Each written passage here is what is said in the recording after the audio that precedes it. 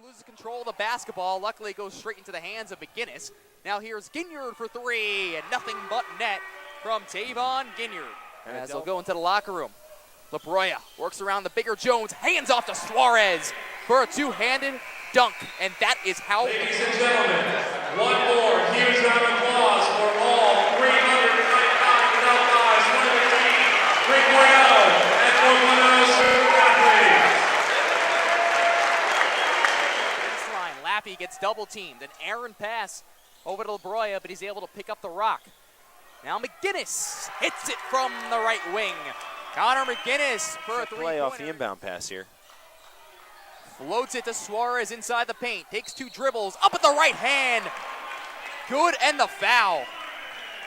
Big bucket by DayUPanthers.tv. 5-point win for the Panthers over the College of St. Rose. Now joined by the head coach of the Adelphi Panthers, David Duke. And coach, big win for you guys. Again, trailed the first 17 minutes, but a strong showing late in that first half, and then a good performance in the second half. What was the difference maker in today's game? Guys did a terrific job at the end of that first half defending and rebounding.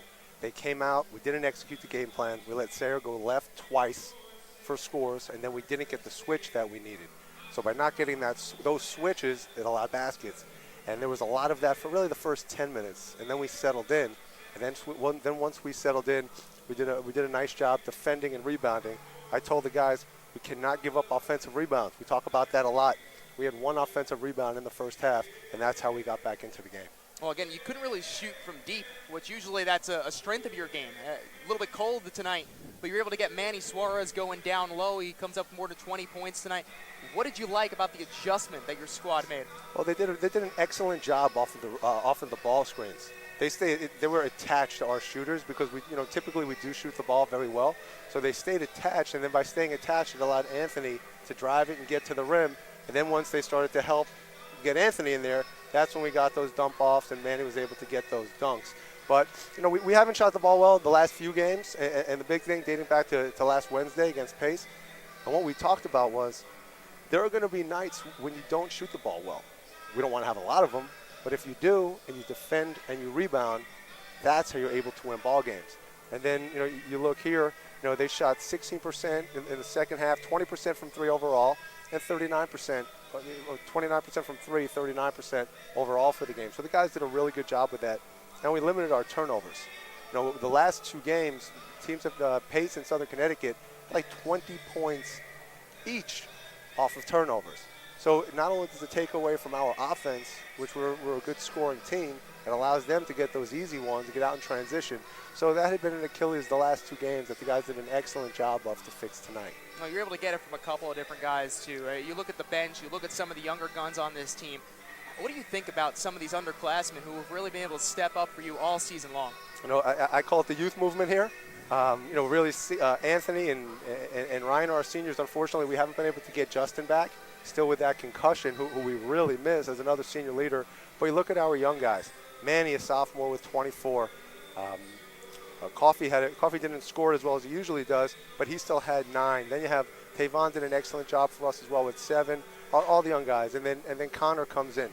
Connor, his dad is one of the best coaches that I've been around. I got to spend time with him over the last year and a half. And you can see why Connor's such a tough kid, such a tough player. It all comes from his dad, which I have an unbelievable amount of respect for. Most importantly, as a person, and then from there, as a terrific coach. And that's what Connor's able to bring to this team. Even nights when he's not playing well, his personality, his toughness, being such a great guy, it propels us and everybody in that locker room, even as a freshman. So very appreciative. Terrific family, really, like I said, his dad means the world to me and to our team, which is why the guys came up. So it was a great win, great team win for everybody. A very touching moment towards the end of this game with seeing you all up there. Finally, Coach, before we wrap things up here, next time out, you get the next 2 on the road. You already have 10 wins so far inside the conference. You're not going to be able to really catch, most likely, Southern Connecticut State, but you can still pile up these wins and make the postseason. What do you keep going with this? How do you continue this? We really talk about one day at a time, one game at a time for sure, but one day at a time also. We have things that we have to get better at. We don't look at it. We know, the guys know. We're not going to be naive and say they don't. They know, but we can't look at it in the long run right now. It's one day at a time and one game at a time. and then we go into a tough New Haven gym on Saturday. But we'll get back to work tomorrow. We got to get in there, and we got to keep shooting. We got to make some shots. Like I said, we've been struggling shooting the ball, but it's one day at a time and one game at a time, and that's really how we look at it. All right, well, a 5-point win. The head coach of the Adelphi men's basketball team, David Duke. For everyone here at Adelphi, our entire staff, my broadcast partner, Joe Hutter, I'm Dan Salverding saying thanks so much for watching. We'll catch you next time.